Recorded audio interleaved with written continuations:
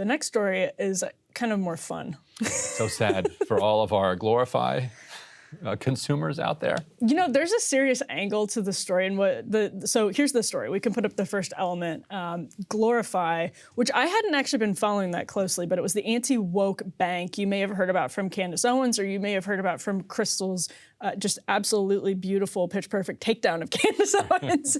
But it was an anti-woke bank that was intended to combat ideological capture in the financial industry, which is actually a very real thing. From the Wall Street Journal, it reported they raised about $50 million from this top group of investors.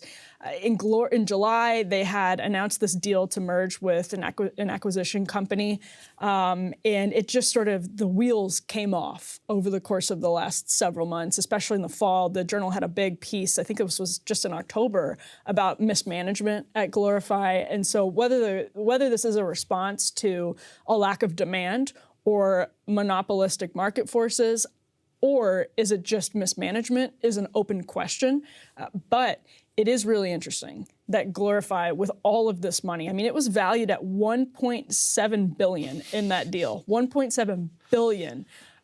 Which shows like the hollowness of valuations a lot of times. Well, so just get a lawyer in and some people like write down that it's worth $1.7 billion. And they show you a couple charts, and the charts go like this. Oh, how about that? $1.7 billion. It's nice. Yes. And then that, though, said they had to raise $60 million in extra cash. So that was sort of a blow at the time, because that's a lot of money to have to raise. But at the same time, to your point, the valuation was super high. I think the valuation is high.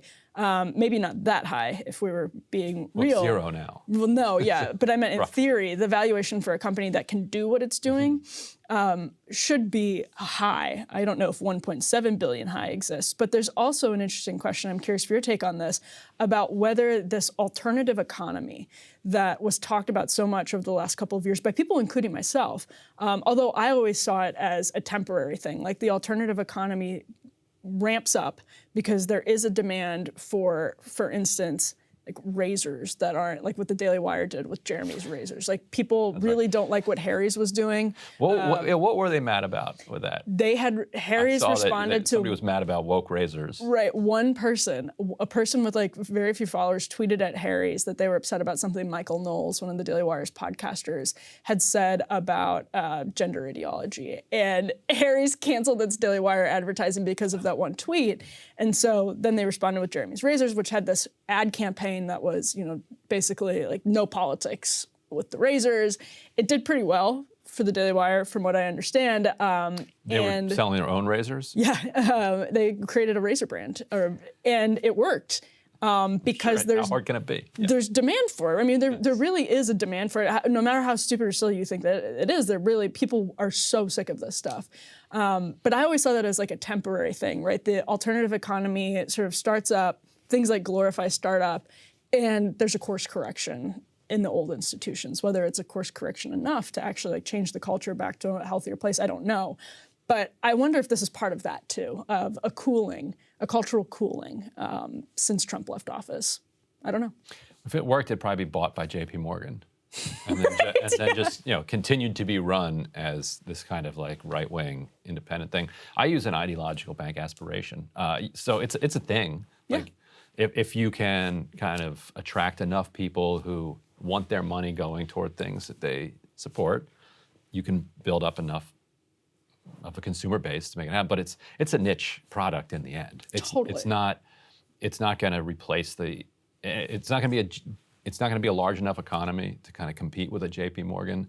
It's just going to be a thing that happens like kind of off to the side here, I think. Yeah, and in the scheme of a J.P. Morgan, 1.7 billion is niche. Like that's totally a niche. Right, that's a fake 1.7 billion too. Yeah, right. yeah. So I think there's the niche demand for that does exist, but it's interesting that they couldn't execute on it because of all of these different sort of like internal Well, and the problems. CEO kept getting accused of being a day drunk. Yeah. It was just raging. It worked for Mad Men. No. Did it? No. I mean, they had with a monopoly. It works with a monopoly, basically. Well, and that's exactly what they're kind of trying to undercut. But that's one of the interesting things about these alternative economies, whether in Hollywood or... So Operation Choke Point, which was an Obama-era thing, is what really scared a lot of people into trying to take action on this. And it was the same thing with Google's ad monopoly that was flexed several times during the course of the Trump administration, including to the Federalists in a totally BS way. That's what people started trying to create the conservative internet. And we've already seen them have a huge amount of problems with that.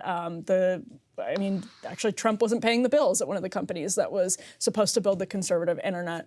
And if anything, I think those concerns are still very real, that because of the ideological capture, because of the way we define things, and we'll talk about this in our Thanksgiving segment, broaden these definitions so the powerful people can lump dissidents into these categories of hate and bigot and whatever else, that creates serious problems when everyone who works at JP Morgan thinks the same way, and so do the people at the other banks and the other big banks for that matter. So I get the demand for the product, but it's not surprising to see it crash and burn ultimately. Well, once you saw that the bank was calling itself pro-capitalist, it's like, oh, that's, yeah.